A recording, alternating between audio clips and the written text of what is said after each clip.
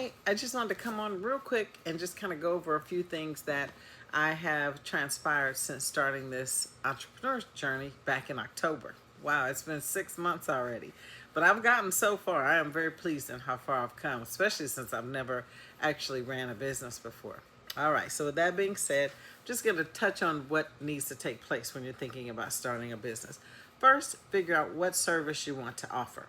Second, figure out who will want that service. And third, figure out how you will get that information to them. Okay? So those are that's like the basic foundation. What do you want to offer?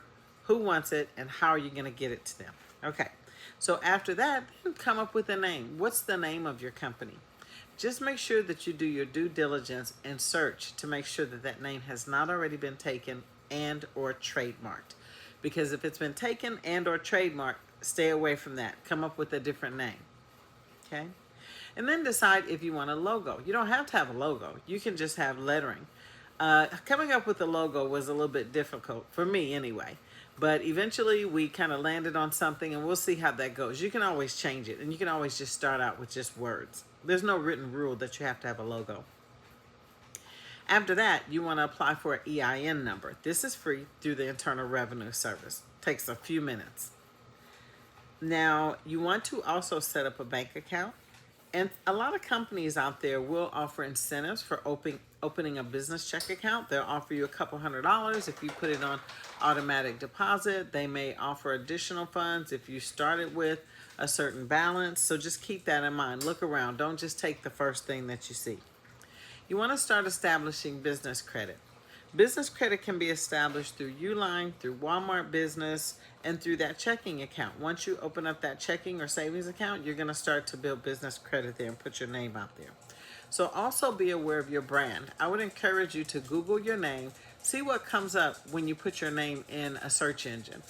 Some of those MySpace pictures may pop up on you, so just be aware of that. Google your name and see what's out there so there aren't any surprises down the road when you become very successful. Because the point of opening this business, any business, I think for most people, and should be, is our exit strategy. The goal is to scale and then sell. I mean, let's face it, the reason why I left my full-time job 9 to 5 is because I wanted to work for myself. I wanted more independence. I wanted to travel more, etc., and be in control of my own salary. So just kind of keep those things in mind. Now you also will need a website. GoDaddy is the one that I use, but there are numerous ones out there. Do your due diligence, again, research and see what works best for you. So you'll need a website, domain, and email address. And there are a ton of companies out there that will absolutely help you. There's Fiverr, which you can get at a very low cost. They offer virtual assistants. They'll help with logos. They'll help build your website. I mean, it's very low cost, very, very reasonable, and they're very experienced. I've never heard anything negative about any of the people that have been found on Fiverr. Okay? Now, the other thing is social media. This is a big one because I was not a big social media person. I just didn't like all the negativity and just the way that things happen on social media. People get behind the keyboard and say a lot of mean things. But with this entrepreneurial journey, you have to have social media. Now, there's TikTok, there's Instagram, there's YouTube, there's School.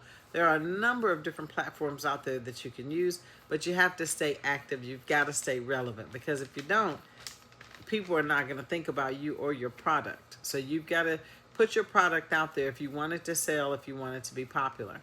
So with that being said, I now have a Facebook page, a YouTube page, an Instagram page, and I have a School platform. School platform is very cheap. It's not censored, and it's a great way to bring people in to tell them about your product. You can do video calls on there. You can have meetings. You can sell things. You can introduce people to things. You get feedback. I mean, it's kind of like Facebook, but not the same because it's not censored. And the information that's on your platform is only information that you put on there or people on your team put on there. All right? So you want to get some business cards or flyers or some kind of way that people can get in contact with you. There's a lot of ways that you can get free business cards. You can use Canva, you can use Popple. There's a lot of different ones out there. And then you can just, do it the old-fashioned way and go to Staples. They have a pretty quick turnaround as well. Okay?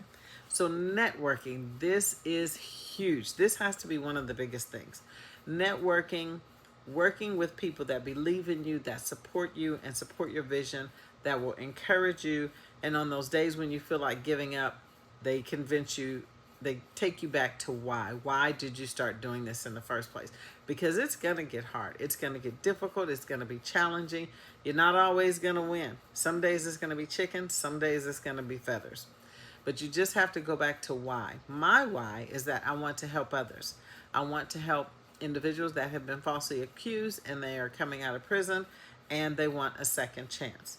I want to help independent adults that are on a fixed income that cannot necessarily afford to go into a nursing home, and they have the funds but they just can't afford to pay that high payment.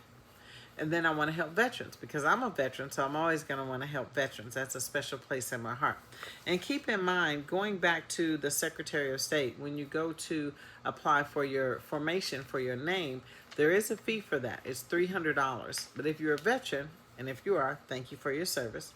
If you're a veteran, you can get that fee waived from the Veterans Administration. So keep all your receipts, keep your paperwork, and you can either file for your veteran status before, or you can go ahead and get your formation paperwork and then file for it and they'll give you a refund. Just submit that paperwork back to the Secretary of State.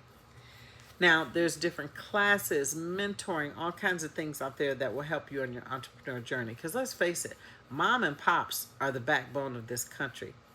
So I went to a class called Boots to Business back in January, and it was a plethora. And when I say a plethora of information, it was a lot of good information about how to get funds, how to network, mentoring, just all the things you need to really get that fire burning underneath you to start this business.